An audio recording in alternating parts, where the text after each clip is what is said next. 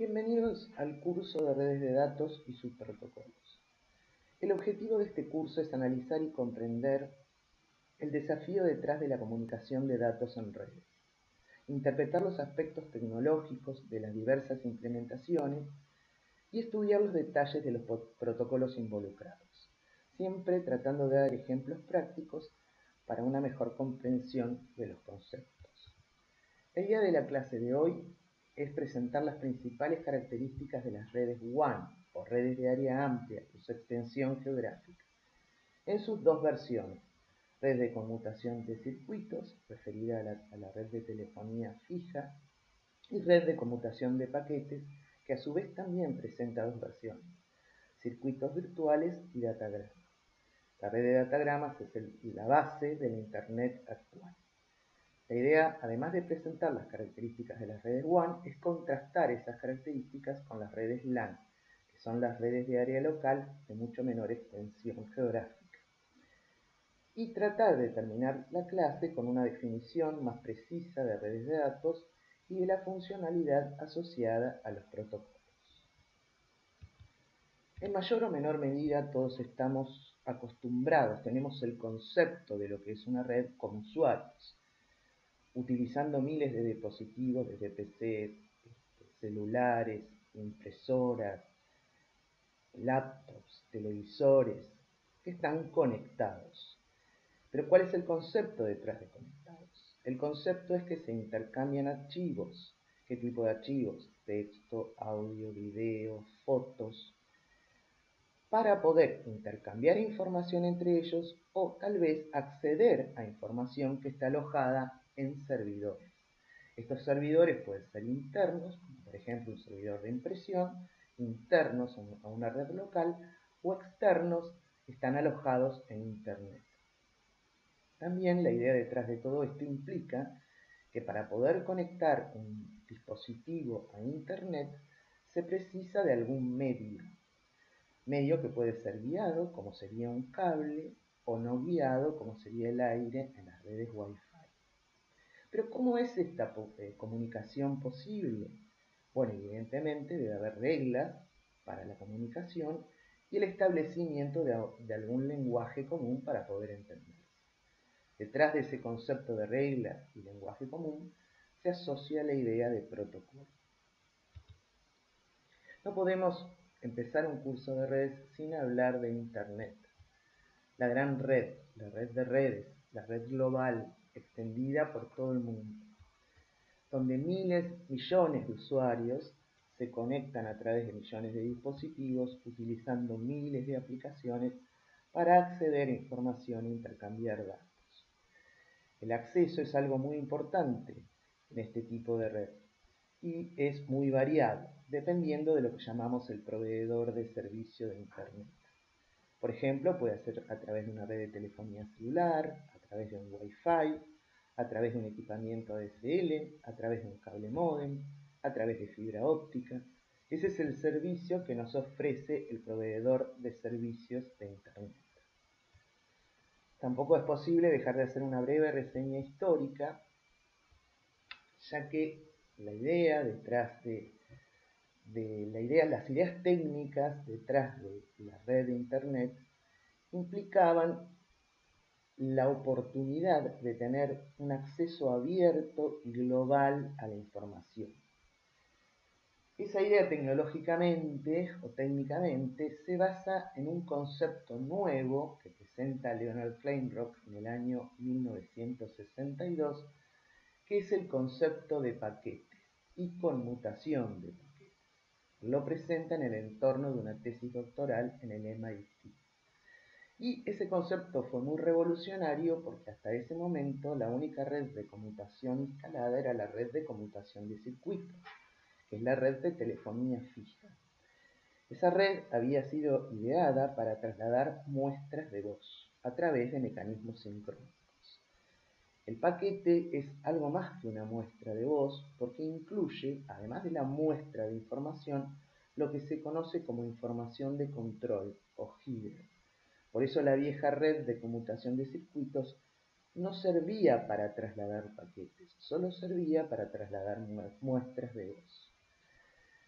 Apuntalando la idea de Kleinrock, casi en el mismo tiempo, también un investigador del MIT, el director de la Agencia para la Investigación de Defensa en Estados Unidos, presenta el concepto de red galáctica.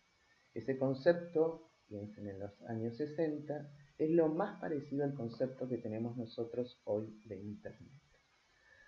Un director posterior a Licklider, en el año 67 de DARPA, presentó un plan para que esta agencia de investigaciones para la defensa tuviera su propia red, que se llamaba ARPANET, en el año 67. Recién por el año 69 lograron conectar dos nodos a esta red ARPANET.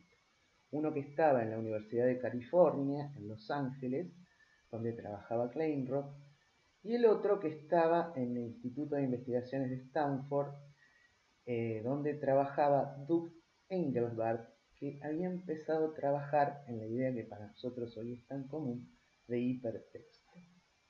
Desde el inicio, desde la conexión de esos dos nodos, fue tradición para Internet el hecho de investigar sobre tecnología de redes, su uso y las aplicaciones que sobre ellas corren. La primera demostración pública que se hizo de la red de ARPANET, cuando ya no solo tenían dos nodos, sino se habían integrado más nodos, fue en el año 72 y realmente fue un boom, junto en ese mismo año con la aparición de lo que es el servicio de email, porque los nodos que integraban ARPANET buscaban una manera más sencilla de comunicar. Fueron Robert Kant y Vint Cerf los que empezaron a estudiar lo que sería lo que se llamó en aquel momento una arquitectura abierta e integrada al sistema operativo. Es la famosa arquitectura TCP/IP. Tal fue el crecimiento detrás de esta arquitectura de la red original ARPANET que empezó a incorporar otras redes diseminadas por el mundo y ahí empieza a formarse el concepto de Internet en el año 1977. Como recuerden, esta red ARPANET era parte de un proyecto de defensa. En el 83, debido al gran crecimiento que había tenido ARPANET, se separa la parte militar de la red ARPANET que se llamaba MILNET. Por otra parte, en el año 84 se empieza a generar otra red, NSFNet, con la idea de conectar nodos aislados en el mundo.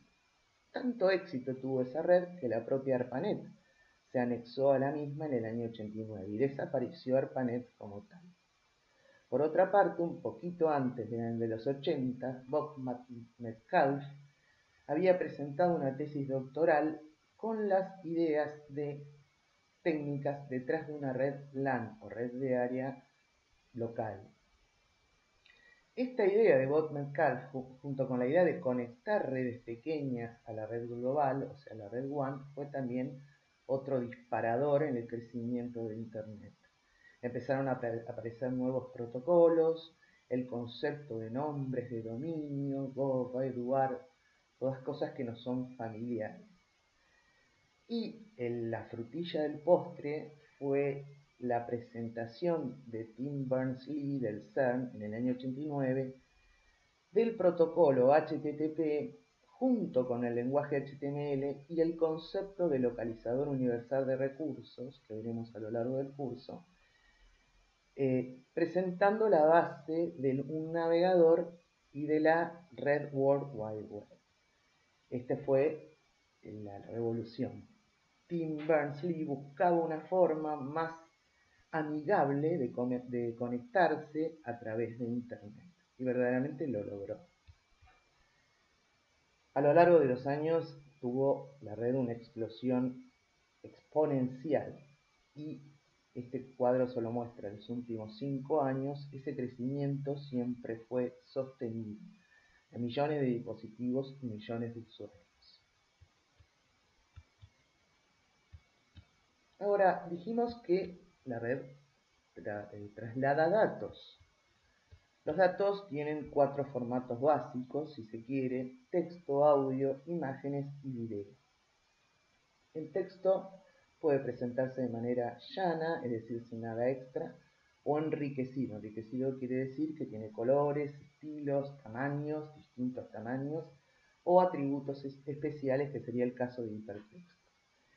En el caso del audio, puede tener un formato no comprimido, que es el formato PCM que nosotros hemos visto en el curso previo de comunicaciones, o puede tener un formato comprimido en sus dos versiones, con pérdidas o sin pérdidas. Esto siempre, la compresión con o sin pérdidas, se va a referir a la calidad versus el tamaño de los archivos. Bueno, acá presento algunos formatos comprimidos de audio, que son los más conocidos. También en imágenes tenemos formatos comprimidos y no comprimidos, que se refieren, como antes dije, a la calidad versus la extensión del archivo. Pero también tenemos dos tipos de imágenes, los mapas de bits versus las imágenes de tipo vectorial. La diferencia entre ellas es que al agrandar el mapa de bits aparecen los famosos píxeles. En cambio, una imagen vectorial puede ser agrandada y no tener ese problema. Los formatos más conocidos de imágenes son el JPEG, el PNG, GIF, todos conocidos por nosotros. Y después también en video hay formatos comprimidos y no comprimidos. El MP4 creo que es el más conocido por nosotros. También, si hablamos de datos, tenemos que hablar de modos de transferencia. Esto lo vamos a ver a lo largo del curso. Un modo de transferencia unidireccional, donde uno solo se puede comunicar por vez, es el modo half duplex, versus otro modo que sería el full duplex, donde ambos se pueden comunicar al mismo tiempo. Los ejemplos más básicos son un handy para el half duplex o el teléfono para el full duplex. Otra forma de comunicación que vamos a ver es la forma de tipo broadcast, la transmisión de uno a muchos, como podría ser una señal de televisión o de radio. Y otra forma que vamos a ver para transmitir datos es la forma multicast, que es la comunicación entre un grupo de dispositivos, como por ejemplo puede ser el caso de una videoconferencia. Dijimos que nos interesaba presentar los aspectos más importantes de las redes de área amplia o redes WAN. Dijimos también que estaban caracterizados por su extensión geográfica, porque las rutas son públicas y porque estas redes las manejan los proveedores de Internet. El concepto más importante detrás de una red WAN es su funcionalidad de enrutamiento. Es decir, la red WAN es una red que selecciona caminos para transportar datos. Para poder hacer eso, la red está compuesta por dispositivos especiales, que son los dispositivos de conmutación. Así que podríamos definir una red WAN como una interconexión de dispositivos de conmutación. Es decir, la tecnología detrás de estas redes WAN es una tecnología específica. ¿Y qué servicios ofrece la red? Bueno, fundamentalmente un servicio de conexión, es decir, ofrece al usuario una capacidad en términos de ancho de banda o garantías de probabilidad binaria de error, y eso es lo que el usuario paga. Y también la ofrece la red un servicio de conmutación, es decir, la idea detrás que decíamos antes de transportar los datos, es decir, la funcionalidad de enrutamiento. A su vez, el servicio de conexión puede ofrecerse de dos maneras, lo que se denomina servicio orientado a la conexión en su formato de three-way handshake, que quiere decir que ese servicio pasa por tres fases. Un inicio de la conexión, donde se reservan recursos que se garantizan al usuario, una fase de intercambio de información y una fase de desconexión. Al garantizarse los recursos al usuario, lo que se garantiza es la llegada en orden de la información al otro extremo. Es decir, que se trata de un servicio confiable. Un ejemplo de este servicio sería la red de telefonía. En cuanto a los servicios sin conexión, esto no existe en estas tres fases, simplemente se comienza la transmisión de datos sobre la red, o sea que es algo mucho más rápido y sencillo, pero no ofrece ninguna garantía ni confiabilidad. Un ejemplo de este servicio es el protocolo IP.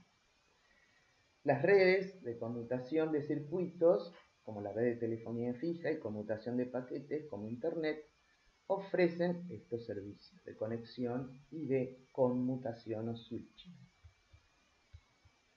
La red de conmutación de circuitos es la red de telefonía fija, es decir, es un sistema interconectado de lo que se llaman centrales de conmutación. Como dijimos, el servicio que ofrece esta red es de 3 fases: un establecimiento donde se rutea la llamada telefónica a destino y se reservan los recursos para dicha llamada.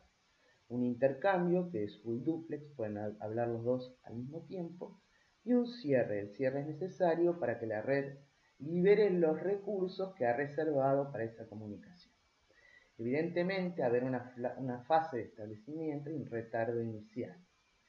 Otra característica de esta red es que tiene un manejo de la congestión, pero ese manejo es por denegación. Cuando no puede ofrecer o reservar recursos para una comunicación, directamente la deniega. Para poder establecer una comunicación en una red WAN de conmutación de circuitos, es necesario una identificación para poder rutear la llamada, que es el número de teléfono. Recordemos que dijimos que se transmiten muestras de voz mediante, dijimos, métodos sincrónicos. Esos métodos sincrónicos están basados en el multiplexado por división en el tiempo sincrónico, tema que vamos a ver en otra clase. Y el servicio que ofrece esta red es un servicio de velocidad de datos o de las muestras constante. La desventaja que podemos decir que tiene es que tiene la demora inicial, es decir, para poder transmitir las muestras de voz necesitamos pasar por una fase inicial. Y que el multiplexado por división en el tiempo no es apto para tráfico de ráfagas, que eso es típico en la transmisión de datos. La transmisión de datos, por su naturaleza, no es constante. Si pudiéramos ver datos pasando sobre una red, en realidad lo que veríamos sería pasar ráfagas de datos y luego silencios. Entonces la red de telefonía fija no se adapta para este tipo de transmisión. Por su parte, la red de conmutación de paquetes justamente se adapta perfectamente para la transmisión de datos por ráfagas. Es un sistema interconectado también, pero de conmutadores, en vez de ser de conmutadores como los de la telefonía fija, son conmutadores de paquetes. Son dispositivos especiales que se conocen como routers, es su nombre en inglés, y que almacenan tablas de ruteo para poder hacer posible la comunicación. Lo que se traslada en la red son paquetes, que recuerden que es información más información adicional para control, por ejemplo, para enrutamiento. Esa información adicional o de control va encapsulada en lo que se denomina un header o encabezado del paquete. La filosofía de esta red es una filosofía de almacenamiento y reenvío, o también llamado en inglés store and forward, que quiere decir que cada paquete llega a los enrutadores, se almacena en un buffer para luego ser investigado en lo que se refiere a la información relacionada con el ruteo. Esto es hacer una consulta a la tabla de ruteo con información que trae el paquete de control y después reenviar el paquete por algún otro puerto. Se llaman puertos las entradas y salidas de los routers. Al tener esta filosofía de store and forward, hay un retardo que es variable dentro del ruteador. Y entonces, a diferencia de la conmutación de circuitos, el servicio de velocidad de datos es variable, no es constante. Por otra parte, como el retardo es variable en los routers, hay un retardo promedio de la transferencia que también es variable y la variación de ese retardo se conoce como jitter. Dijimos que las redes de conmutación de paquetes presentan dos versiones: un modo sin conexión, que sería la conmutación de datagramas o la forma directa de la conexión, y un modo orientado a la conexión, que sería la forma de circuitos virtuales, que son los que pasan por 3 fases, muy similar a lo que pasa en la red de telefonía fija. Ambos modos necesitan identificadores para el ruteo. En el caso de los datagramas se habla de dirección de red y en el caso de circuitos virtuales de identificador de circuito virtual. Entonces vamos a empezar a ver un poquito lo que es la red de circuitos virtuales.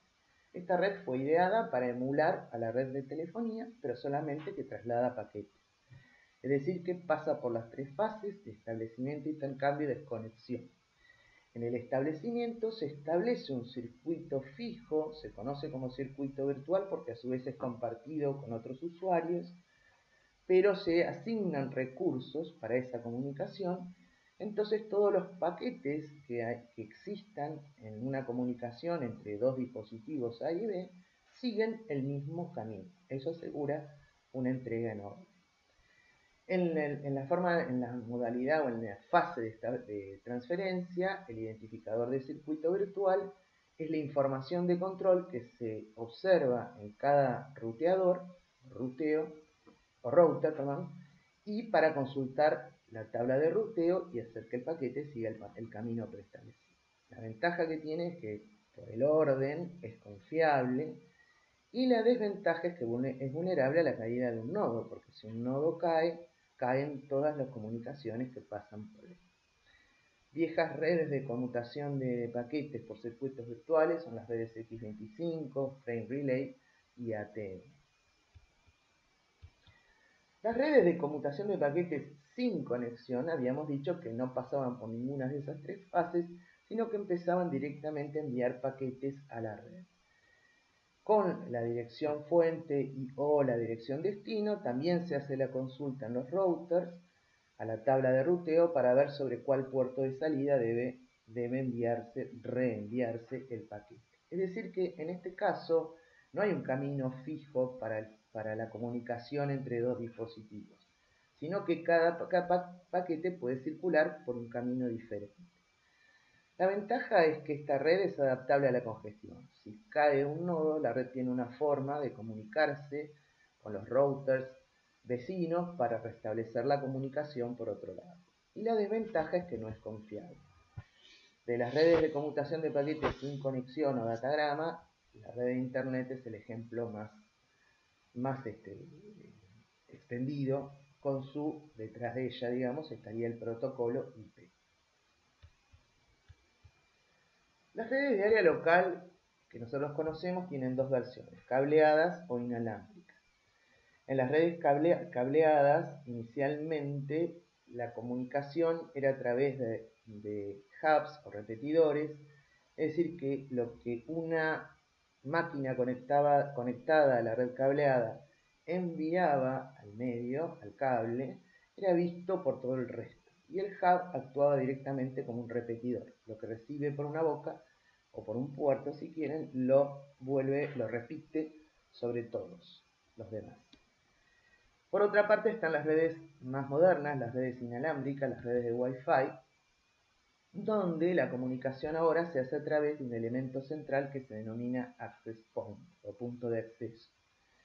Es decir, que él es el que maneja la comunicación en el medio inalámbrico. Y generalmente va a estar conectado a un switch, se llama, con una parte cableada. Es decir, que el punto de acceso se podría pensar como un puente entre el medio inalámbrico y el medio guiado o el cable. La configuración que aparece en el dibujo es una configuración muy normal, que es que el punto de acceso se conecta a una red LAN cableada y desde la red LAN cableada se sale a internet a través de un router. Como dijimos, estas redes son de extensión geográfica pequeña, podría ser un edificio o un conjunto pequeño de edificios, y los dispositivos acá se interconectan fundamentalmente para compartir recursos. Hay detrás de estas redes, igual que había en las redes de computación de paquetes, tecnologías específicas. El hub repetidor hablamos recién. Switch es mucho más que un hub, es algo que tiene inteligencia y puede discriminar o reconocer direcciones físicas que se llaman direcciones MAC. Ya hablamos del punto de acceso como puente. Los cables en general que se usan en las redes LAN son pares trenzados inicialmente no blindados, que se llama UTP, y está caracterizado también por el uso de placas de red, ya sea de cableado o inalámbricas. Debemos hablar también de la topología de una red, es decir, de la forma en que están conectados sus dispositivos. Una de las primeras topologías conocidas es la de la red bus. En este caso, lo que es una topología muy aplicada en redes LAN hace muchos años, donde el medio compartido era un coaxil sobre el que se conectaban los distintos dispositivos. El punto es que si el cable se rompía en algún punto, toda la red dejaba de funcionar. Por eso las redes tipo Ethernet o LAN cableadas se empezaron a conectar a través de un elemento central, un hub o un switch, que se conecta con todo el resto de los dispositivos. Entonces, si se rompe un cable, lo único que queda fuera de servicio es el dispositivo que está conectado a través del cable. En redes WAN, en cambio, una de las configuraciones más extendidas es la configuración en anillo. Es decir, uno atrás del otro se van conectando, tienen que tener una forma, algo que ordene el diálogo, digamos, pero así están tendidas las mayorías de las redes de área amplia con fibra óptica, con la cuestión de que generalmente los anillos son redundantes porque también si se corta o si se rompe el cable o la fibra en algún punto, el anillo deja de funcionar. Hay otra configuración o topología tipo malla, donde todos los dispositivos están conectados entre sí para dar confiabilidad, alta confiabilidad a la red. Lo que pasa que depende de la aplicación, porque esto sería si fuera, por ejemplo, cableado una red muy costosa. Por último, no puedo dejar de mencionar la topología tipo ARO, donde hay una relación padre e hijos entre los diversos dispositivos. El nodo raíz, que sería el que está pintado de verde ahí, recibe la información de los nodos hijos para él después transmitirla a algún lugar central. Así se suele entender muchas redes de sensores. Entonces vamos a tratar de dar ahora una definición más precisa de red. Un grupo de dos o más dispositivos inteligentes capaces de comunicarse entre sí a través de algún medio, cable inalámbrico, y compartir datos, texto, sonido, imágenes y videos, o archivos de otro tipo, o programas o operaciones, de manera cooperativa. Esa palabra es fundamental en el concepto de red, para hacer más sencillas las cosas. Detrás de una red siempre tiene que haber una fase de planificación para poder desarrollarla, la instalación propiamente dicha, una fase de configuración y un monitoreo posterior de cómo funciona la red. Es decir, que la red precisa de un administrador. Detrás de una red siempre hay la gestión o existe la gestión de un administrador. Por su parte, un protocolo define un conjunto de reglas, algoritmos, formatos de mensaje y otros mecanismos para que los elementos que conforman la red puedan comunicarse de manera eficiente. Podemos decir del protocolo que tiene tres aspectos importantes: un aspecto sintáctico, uno semántico y otro sincrónico. El aspecto sintáctico se refiere a la especificación del formato de los mensajes. ¿Esto qué quiere decir? Todo lo que es información de control tiene un formato específico según el protocolo. El aspecto semántico es qué funcionalidad tiene esa información de control. Y puede haber un aspecto sincrónico donde hay que sintonizar velocidades y secuencias entre los que se están comunicando. Para la clase que viene, la idea es abundar en detalles de redes de datos, funcionalidad de protocolos y hablar sobre organismos de estandarización. Desde ya, muchas gracias por su atención.